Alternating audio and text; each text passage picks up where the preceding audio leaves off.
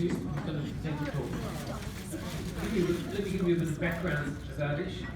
From New Zealand, he now lives in Las Vegas, and he's one of the stars of the US bridge scene. But he came through Sydney. He was here for quite some time during that time. And during that time, he started a bridge club called Kings and Queens, which was very successful under his watch. These days, he's the vice chairman of the World Bridge Federation's High-Level Players Committee, a group of top players who oversee matters of ethics and things of that nature at world level.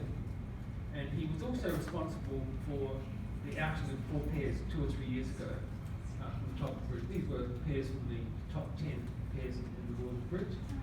And we've got the video coming up on the screen as part of the explanation.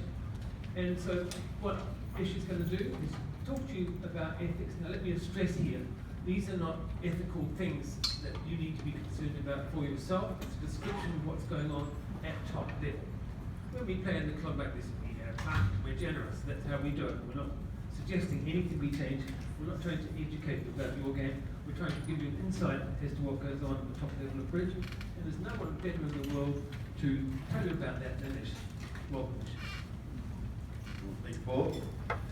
So what I'm actually going to start, I'm going to start about ethics at the level that we're at here, and you'll be surprised that even when you get to playing for, not for your countries per se, but like playing in a competition.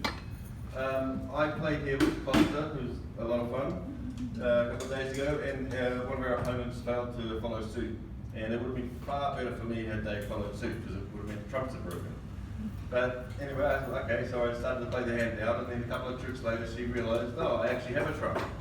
So we just said, don't worry, just put the, even Costa was fine with it, just put the card down and put the other card up, and we'll just carry on. And you'll be amazed at the amount of times that does carry on. Obviously, you'll get the people who are pretty tense, who won't let you take cards back, and that's within their rights. But there was something pretty special that happened in the Congress, in the New Zealand Congress I was at recently.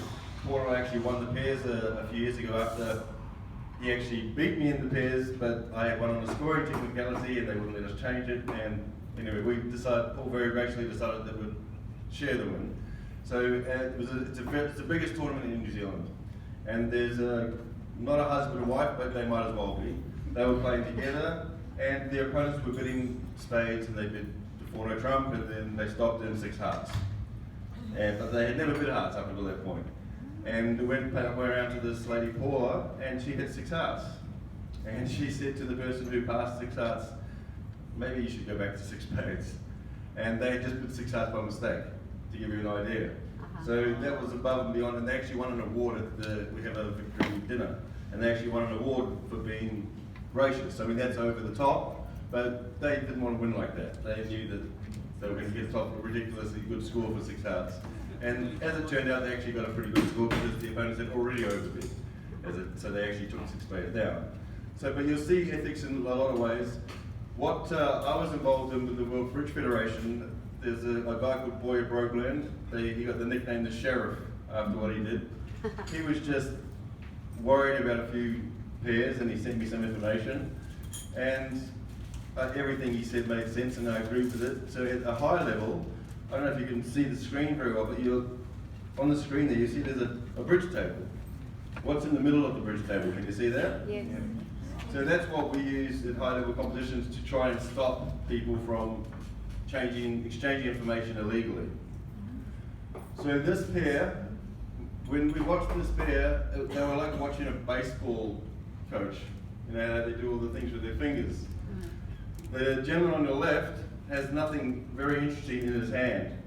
And the gentleman on the right, this is the pair in red, he had most of the points they were defending. And he was sitting there waiting for his partner to give him information. And you wouldn't believe it unless you saw it with your own eyes. The guy on the left would touch each of the suits in dummy, which obviously you're not allowed to do, and give his partner his exact distribution. So he would put 5 on the spades, and then 3 on the next suit, and then 2, and then 3. And you wouldn't see it unless you had gone through the painstaking of slow motion. From the naked eye, it just looks like he's rearranging dummy.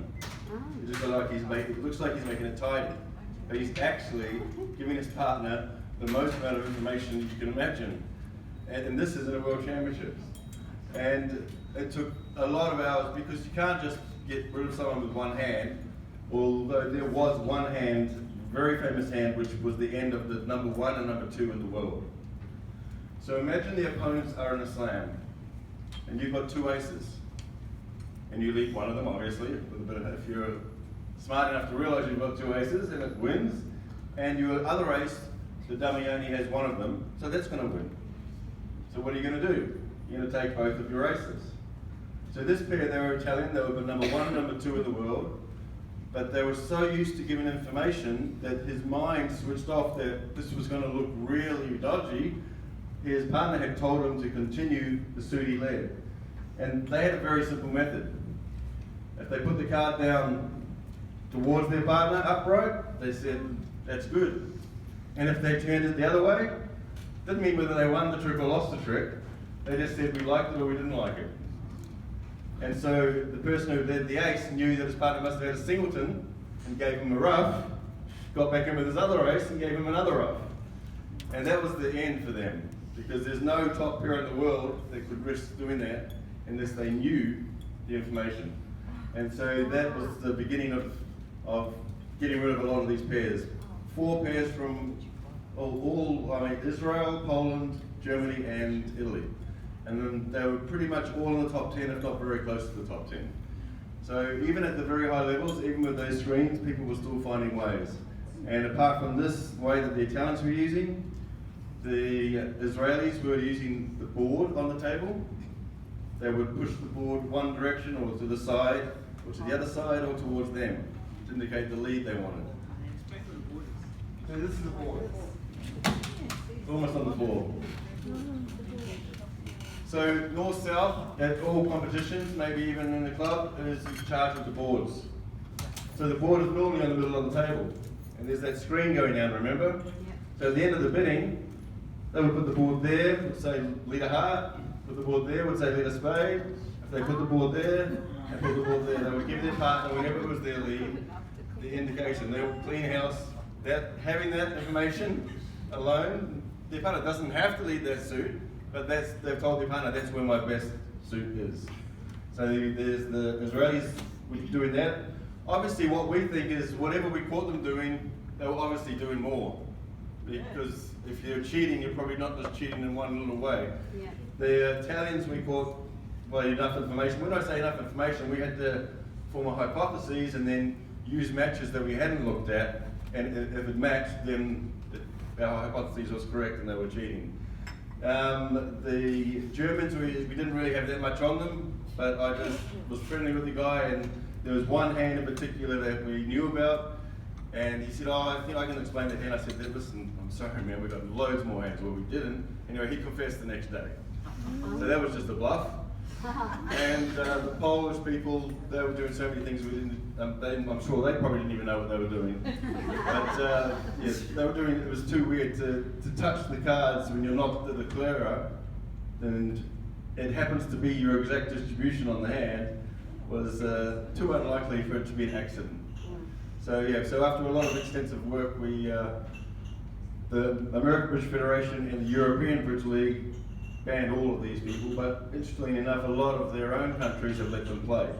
Like Poland has let these guys play.